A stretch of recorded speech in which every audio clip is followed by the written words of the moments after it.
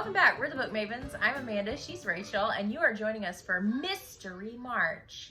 Our read-along book this month was The Guest List by Lucy Foley. This is not a feel-good book. Well, it depends on your perspective. I can't really think one where you feel good about it. I mean, we're going to dive right in, and honestly, we're probably going to talk spoilers because I just don't really see a way that we can do it without it. Really. Well, I mean, just because, I mean, the book is built around characterization. It's built around characters who you really, because you're in their heads, so you see them at, like, their worst. So, I don't know. Yeah, and a lot of the, the spoilers are the connections between the characters, which plays a lot into the suspense driving the story. So, sorry. Be forewarned. Yeah, be forewarned. But, so, essentially, it is a version of the And Then There Were None. They're all on this remote island for a wedding. The 5 characters are the bride, the plus one, the best man, the wedding planner, and the bridesmaid. And so each chapter jumps between their perspectives. So each chapter is titled with which character it is. And then it's talking from their voice as they go through this wedding weekend. Yes, but it's not a countdown like you get with And Then There Were None. There's only one victim. That's true. So instead of them counting down to who is the killer, you're counting down to who's going to get murdered. Because there's also a little bit of a... Were you Once again, Amanda and I had very different reading styles when it comes... Amanda is along for the ride. I am. And I love that. I kind of wish that my reading experience was more like that, so I would be like, all the time for the reveals, but my brain doesn't work like that. I sit there and pick it apart. And if I can figure it out, I will try to figure it out. I'm just here for the journey on this one. And she's here for the journey, and see, like, I nailed it. Like which actually early I think on but, that he was going to be the victim. In our announcement video for this one, I said go back and watch our And Then There Were None video because Rachel was so frustrated that she didn't figure it out, and then she was annoyed. So this one I at least thought, because I read this one before Rachel, I would at least thought, okay, maybe it'll give her some of those things that she was frustrated about. And it did. There are definitely clues. I was able to figure it out. It's fine. And Then There Were None. Really, you could have, with that letter, you could have made a play for any of it. Any of them to have been the one orchestrating. I think it's true. Okay, some of the stuff I saw coming and some of it I didn't, which I think is kind of what makes it interesting. Now, in terms of the writing style, okay, I think she did it, like, the way she played out the suspense, the pace of the story, I thought was excellent. It really kept moving because you were in this condensed time frame, right? It's a wedding weekend. Even though they keep flashing back to things that happened before this wedding weekend and the different relationships, it still all was moving through the steps of the wedding. Like the bridal party is there, and then there's the rehearsal, and then people start to arrive, and blah, blah, blah. So you are kind of moving at a good clip, I'd say. Well, and all of the past events are told in like a recollection format. So they're referencing back themselves. Or they're hinted at in conversation, and you're like...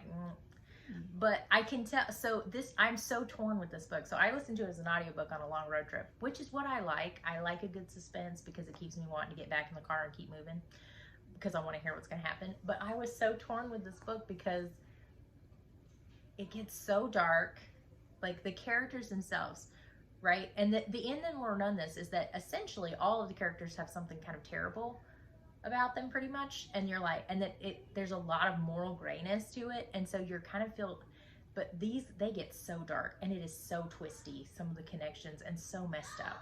I tried to describe it as somebody's messed up, and so I'm so torn because the writing was so good, and in terms of like the suspense and like keeping me on the edge of my seat and wanting to go, it was so good, but the characters are so messed up that I don't really want to recommend it to people. Like, I don't want to say it was a good book because I didn't like I felt so icky. Well, towards the end, like when they're revealing a lot of these connections, I'm just like, ugh. So I still don't know if I would recommend it to people, only because it's like, I don't know what kind of ride you want to have, but this is not going to make you feel good when it's over. I equated it more towards like The Great Gatsby in terms of characterization, where you don't love anybody in The Great Gatsby. The Great Gatsby focuses on a lot about human weakness.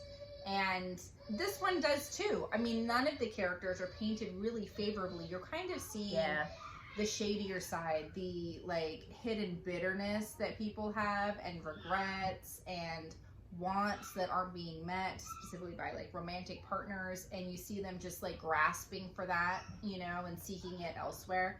And so it's just, it shows a lot of like humanity's weakness. And so it's very raw to me. It's showing people in a raw form, because no one's perfect. Everybody can be petty and everybody has regrets and things like that. But this like magnifies it. So you're not seeing people in a balanced way. You're seeing the dark side of pretty much every character in here.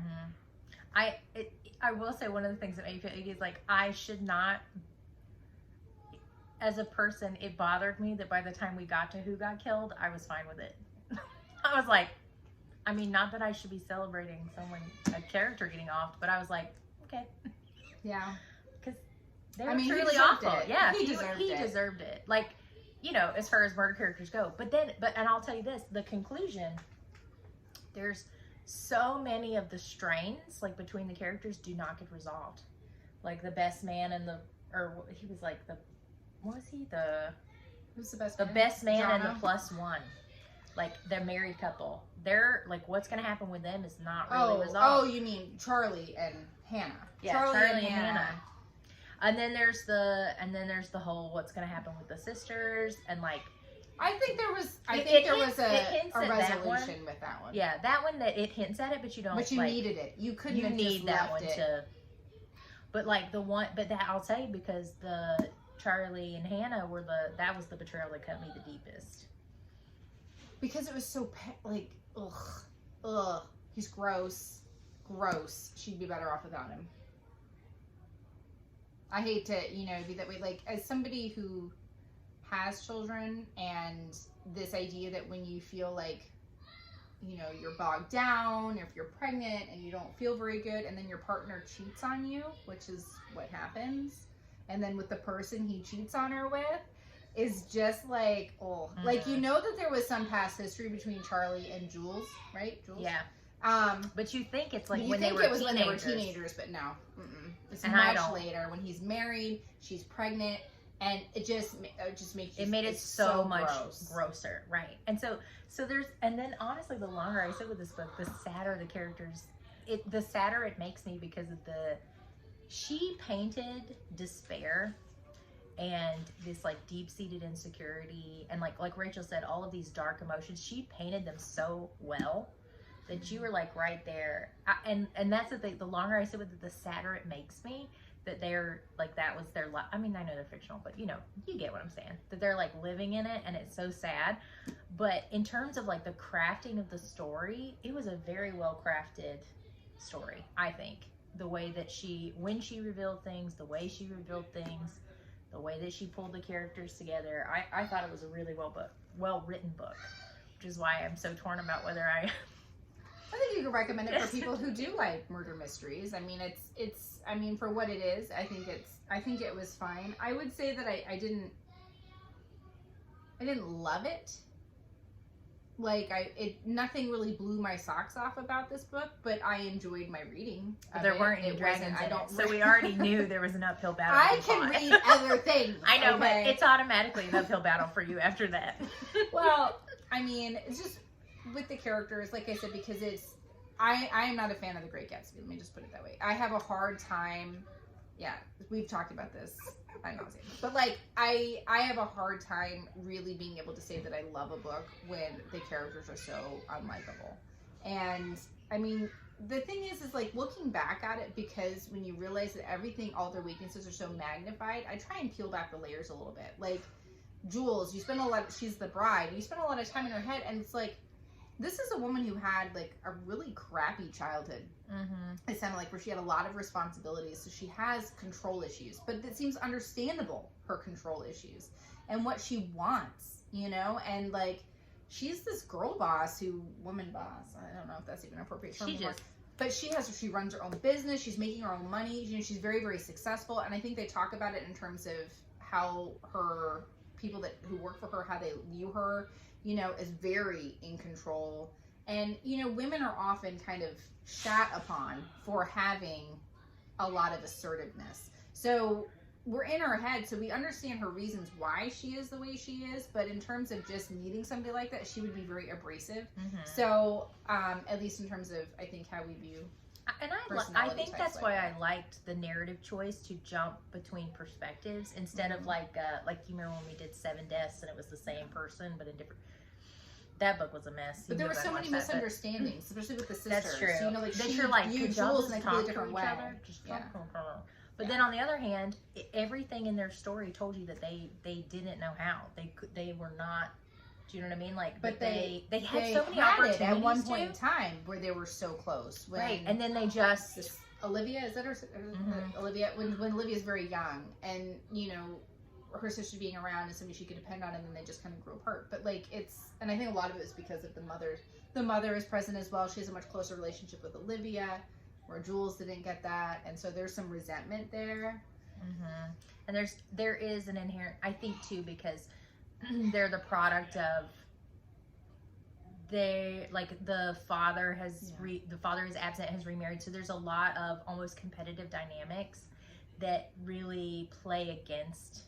Well, they have different fathers, too. Right? So and they have different fathers, and so like totally absent. Olivia has a relationship with her father. There's some jealousy. There's that. Like Rachel said, it is just a case study in all of the ugliest parts of relationships and the ways that we interact with each other. It is the awful, terrible, gross, complex webs we weave as humans. And so I just think it could be uncomfortable, perhaps, for some people to read it because you start thinking about yourself. You know, like, would I feel that way? Like, am I empathizing with the wrong person? Like, what's going on here?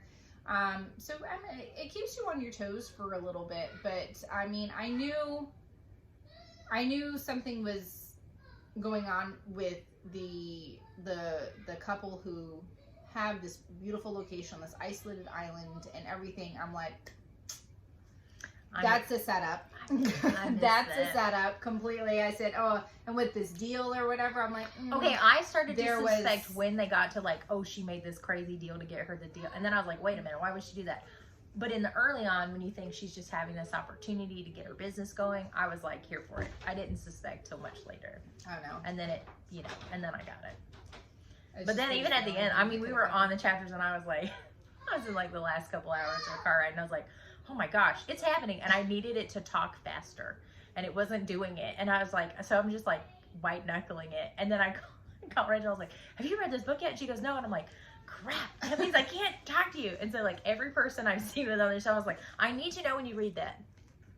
Come back to me because I desperately need to talk about this. Well, there was an aspect of the story that you have your groom and he's had these friends since they were in. Was it like a primary? It was like a high school. Yeah, it was like a boarding, like a male that his father ran.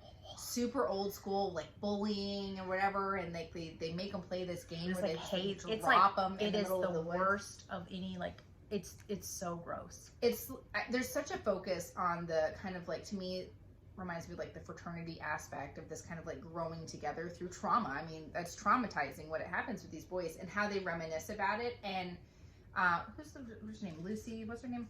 Lucy Foley. Yeah, Lucy Foley. That she is really good at picking adjectives to put it in the most kind of like animalistic way, like the howling and the way, like, especially the female characters, like Hannah and Jules both have, where they're reflecting on what they're seeing with these men, that they become not the people that they know, that there's something else. This like animalistic version of themselves. And that was very disturbing for me because, number one, because I think fraternities and the hazing stuff is one of the scariest things, and how people relate in that breakdown to be able to do such horrendous things to each other is terrifying to me. And so that like highlighted or magnified made me so uncomfortable. Yeah. And she spent a lot of time talking about it. You had this really visceral reaction. Really repetitive where you're just like, oh my God, I can't listen to any more of this. Which like plays into the whole like we're trapped on this island, like this, I can't escape this, I can't get out of this, I can't leave the wedding, or like it just really, it created that like kind of internal sense of like urgency and almost panic a little bit. Yeah, I'm like, for the characters. I wanted to get away from it. And so like you're with these women in particular who are just like, oh, I can't sit here and listen to any more of this. They're doing weird drinking games. It's gross. I need to get away.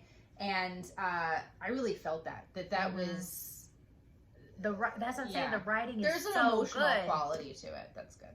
I mean, and considering, because it's like, you know, the visuals that she paints and the narrative, and it's like she's pulling these intense instinctual reactions from you as a reader, and considering she does it in a relatively short amount of time and at a pretty good clip through the pace, that's what I'm saying. It's like the writing is so good, but it's a successful book. But the story,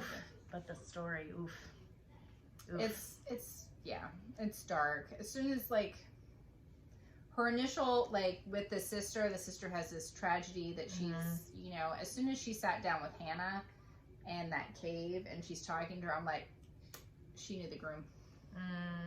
She knew the groom. And that's the situation. It's just this horrible thing, and you're pretending that she didn't know him, and he had it's so gross. It's so gross. And how he affects her emotionally, that no one's going to believe her about this. And the emotional manipulation across the board. And like the fact that like Jules gets a note, and you find out about the note really, really early on. And so as soon as she was trying to tell Hannah and couldn't tell Hannah her story, I was like, that's her sister. She's dropping the notes in like her makeup bag. Like it's in personal items that only women would think to go. You know what I mean? Like those are women centered. Like she knows that the groom's not going to be in it. That's her stuff. To me, that was definitely a message from a woman. And the fact that her reticence, that she can't tell anybody about what's going on, I'm like, that's personal. There are reasons why she can't tell her family members. Yeah. Because it's going to affect them. Yeah. So this one I would say I recommend, but with caveats. You need to know what you're getting into. It gets dark. It's icky, but it is a well-crafted mystery. You do have that cathartic moment with the sisters, that there's a resolution there that feels good. Yes. And you're not going to be sad. But that's the only one you're going to get, really. But I mean, I felt like there was catharsis for the sister. Well, no, that's what I'm saying. The sisters, yes. Well, I guess the revenge motive. If that's, yes. But I think, this is the thing with revenge always, though, is like what comes after. Because if you've been living your life for revenge, I think there could be peace. There was nothing else. Because the innkeeper is able to sit and she hears the conversation, so she knows exactly what happened. Her brother had died due to these ridiculous fraternity games, and so she was hunting people down. And so she knew that it was this group, so she, you know, kind of led it down this path somewhat. Yeah. But, you know, she was able to sit and listen to these two grown men who were there, who orchestrated the death of her brother. So she was able to know exactly what happened. So I think her knowing who was really to blame I think she got it. I think she got what she needed, and I think she'll finally be able to move on a little bit. Not a little bit. I think she'll be able to move on. And then I do feel a little bit bad for Jono. He got kind of a raw deal. He did, but at the same time, like, he did, but he didn't, you know? It only became, I think, important to him when he himself got screwed over by him. And then, now, of course, we got to hash everything out. I've been keeping this secret for you, and you screwed me over. He realizes he's being emotionally manipulated just like everybody else. Absolutely. So read it. It was kind of such a mess. Don't read it. Yeah. But that's how the book makes you feel. I don't want to give too many plot points either, because this turmoil and so if you decide to read it, let us know what you think in the comments. If you decide to skip this one because it's just too dark and icky for you, I totally understand and I totally get you. I would be willing to pick up something by her again, but I would have to be I'll know now that I need to be in a specific mood. I've seen her books around. So, she's pretty popular. But next month, in April, we're taking a very different angle. We're going to read Fable by Adrienne Young, which is kind of a swashbuckly, piratey type. They're not pirates, but like it's supposed to be like a high sea kind of adventure story. They're like merchants. Yeah, they're merchants. All trade. It's like all within trading. But it's like that kind of rough and tumble, like Pirates of the Caribbean type-esque. But with a strong central female character. So we're excited to read it. So if you will pick up this book, you can read along with us. And on the last Tuesday of April, we'll be discussing Fable. And we'll see you next time. Bye.